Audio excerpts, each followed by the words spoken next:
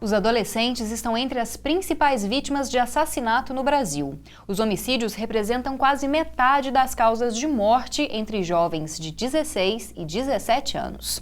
Por outro lado, os adolescentes cometem menos crimes do que os adultos, e geralmente os delitos cometidos são contra o patrimônio.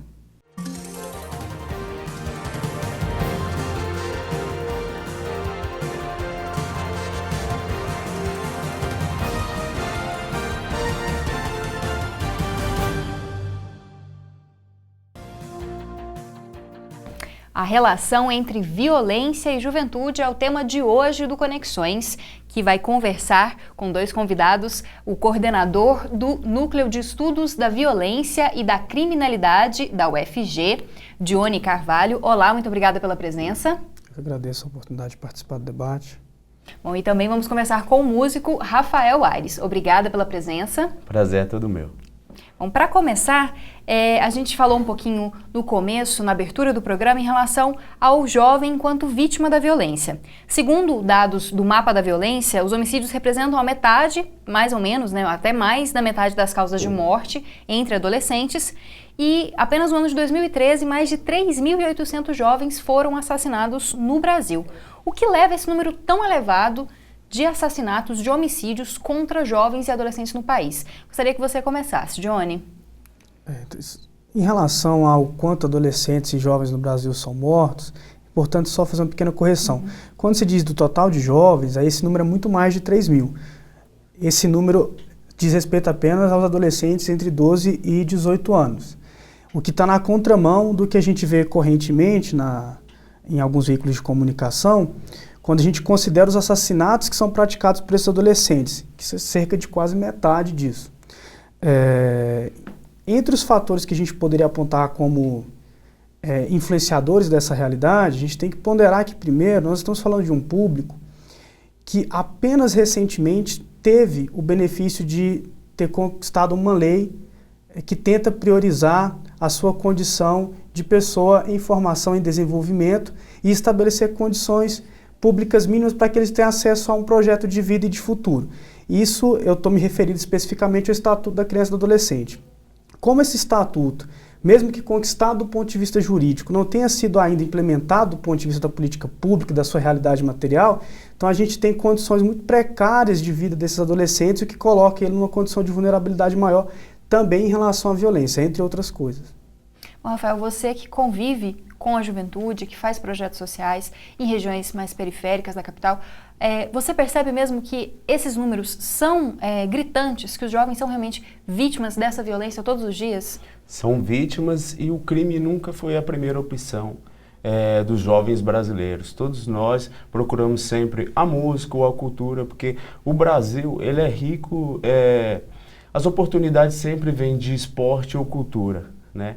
Eu vejo esses dados, eu fico pensando, será que não é possível que eles não estão vendo realmente que tem que se investir em educação, em escolas, em formação para as pessoas?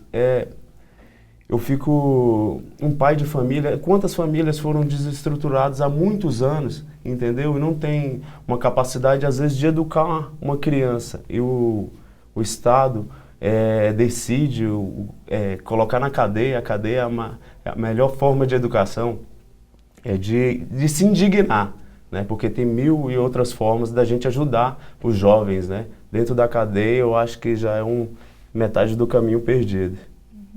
Dione, esses jovens que são vítimas da violência, geralmente eles têm algum envolvimento com certa criminalidade, às vezes, ou são usuários de droga? É essa a realidade que a gente vê? E também esse jovem, geralmente, ele um percentual maior de negros?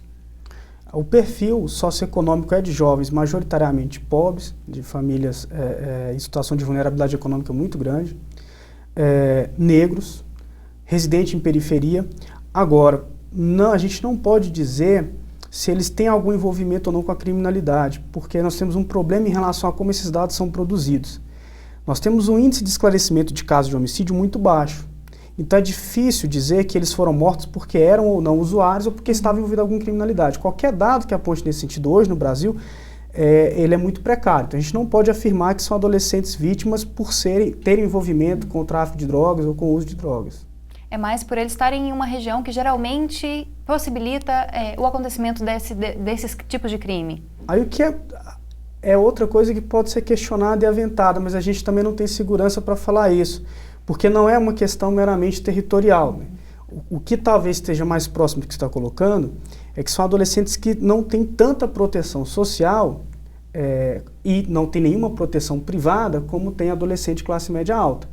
Então, assim, há homicídios em bairros nobres da cidade, com exceção talvez dos condomínios fechados. Mas há com frequência em bairros nobres.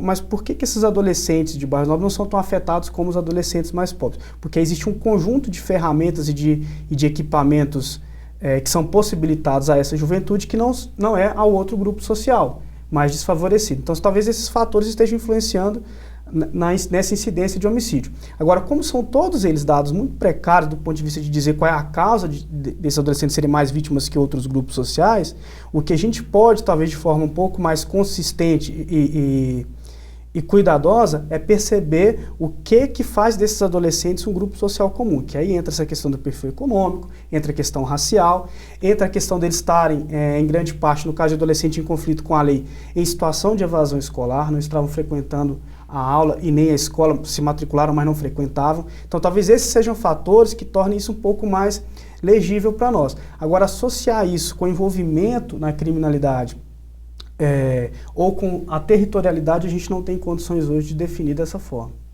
Você percebe isso mesmo, Rafael? Às vezes o jovem da periferia, ele se encontra mais vulnerável mesmo por não ter até mesmo, às vezes, um apoio policial, uma ronda policial ou uma forma de alcançar uma certa segurança? A periferia ela não tem um investimento feito nela, né? A gente vê vários talentos de várias formas e às vezes o crime, porque quando a gente assiste televisão, a gente acaba vendo muitas coisas que despertam desejo na gente. E às vezes o jovem da periferia ele não tem tanto contato para se profissionalizar em alguma coisa que possa dar essa condição para ele. E o crime, ele é muito aberto, o crime é interessante também. A gente tem que começar a pensar que como é fazer a escola ser tão interessante como essas outras maneiras também, porque eu tenho certeza que disposição todo mundo tem. A gente acabou de ter uma Copa do Mundo no Brasil. Quantos campos de futebol foram feitos nas periferias? Nenhum. Então, qual é o investimento no esporte, na cultura que o país está fazendo para tomar uma atitude com uma lei dessa, olhar para o jovem como se ele, com 16 anos, ele não tem mais solução? Qual é a base, qual é o método que eles estão usando? Bom, a gente vai para um rápido intervalo e a gente volta a falar sobre esse tema e essa relação entre violência e juventude e adolescência no próximo bloco.